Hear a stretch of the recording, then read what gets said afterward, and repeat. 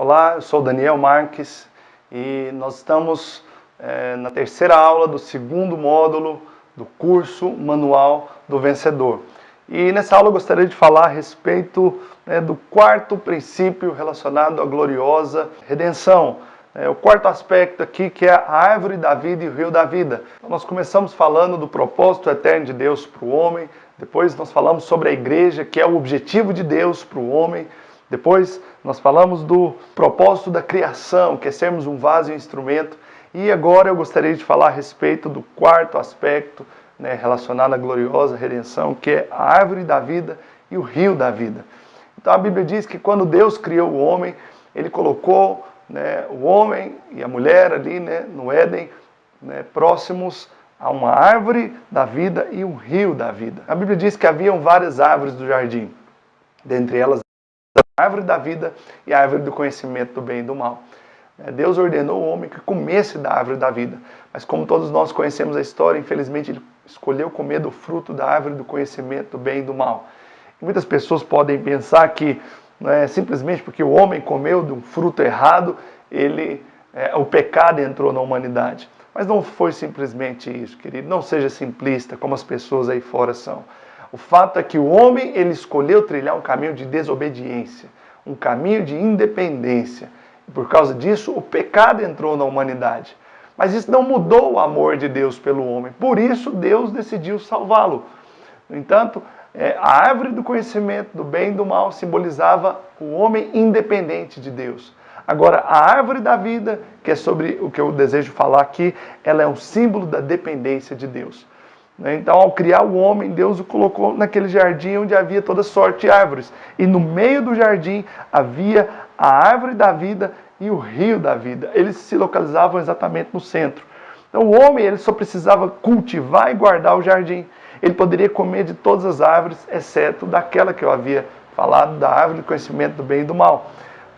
Para isso, Deus precisava ser a sua vida. Então, quando Deus ordenou que o homem comesse do fruto da árvore da vida, o Senhor queria que aquela árvore, ela fosse, o fruto daquela árvore fosse todo o suprimento que Adão e Eva precisavam, que o homem precisava.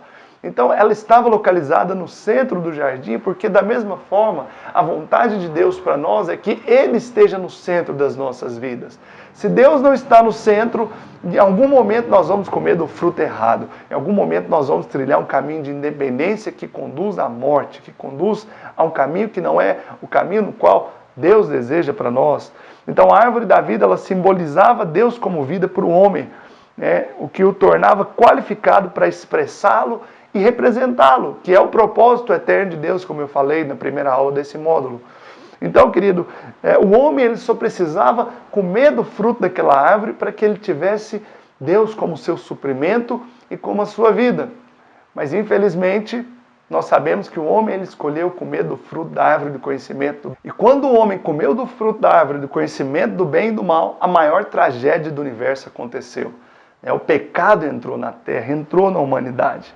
Mas hoje, essas ainda são as nossas maiores necessidades. A nossa maior necessidade é ser suprido por Deus. A nossa maior necessidade é ter Deus como vida, é ter Deus como nosso suprimento, como nosso alimento, é ter Deus dentro de nós, nos enchendo e nos fortalecendo dia após dia. Hoje, a árvore da vida é simbolizada por Cristo em nós, a vida de Cristo em nós. Então, da mesma forma que uma lâmpada precisa de eletricidade, nós também precisamos ser cheios da vida de Deus. Uma lâmpada, ela só pode ter energia se ela tiver eletricidade ali correndo. Mas, da mesma forma, nós só podemos ter vida, só podemos ser vencedores, como é o tema desse curso, se verdadeiramente o Senhor ele for o nosso suprimento, se o Senhor for o nosso conteúdo. Então, lá em Gênesis nós vemos que após criar o homem, Deus o pôs diante da árvore da vida, para que ele pudesse recebê-lo como vida quando comesse dela. E o Novo Testamento, como eu disse, mostra que essa árvore é a vida de Cristo. Em João 1,4 diz que a vida estava nele. Ou seja, Jesus é a vida para nós, assim como a árvore da vida. Em João 14,6 diz que o Senhor Jesus é o caminho, a verdade e a vida. Ou seja, faz comparação também com a árvore da vida.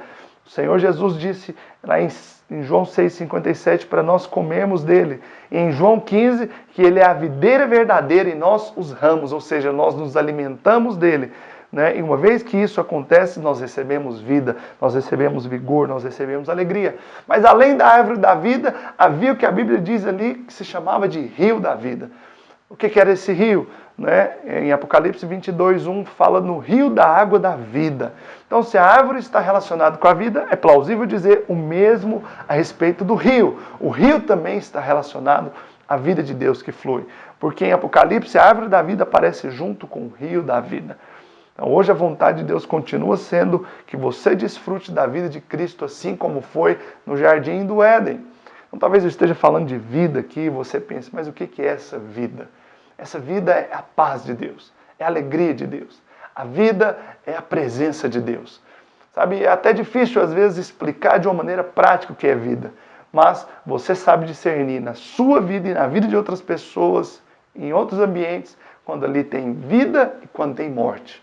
É perceptível quando você chega num lugar e há morte. É um lugar muitas vezes obscuro, um lugar onde não há alegria, um lugar onde não há paz, um lugar onde você sente no seu interior, né, algo estranho, é um lugar esquisito que muitas vezes não contém a vida de Deus. Então, eu encerro aqui a aula de hoje, eu espero que você tenha entendido, né, sobre a árvore da vida e o rio da vida e que você possa receber dessa vida de Deus nesses dias. Que a vida de Deus possa encher o seu coração, que você possa ter plenitude dessa vida no seu interior, porque isso te qualifica e te torna um vencedor, querido. Para isso você precisa buscar em Deus em oração, buscar em Deus, né, na palavra, alimentar o seu espírito, renovar a sua mente e com certeza dessa forma você vai poder ter a vida de Deus. Na próxima aula nós continuamos falando sobre a gloriosa redenção. Espero que você tenha gostado dessa aula, né? E não perca as próximas aulas. Fique atento que eu creio que você aprenderá muito mais princípios espirituais para que você seja um vencedor. Que Deus o abençoe grandemente.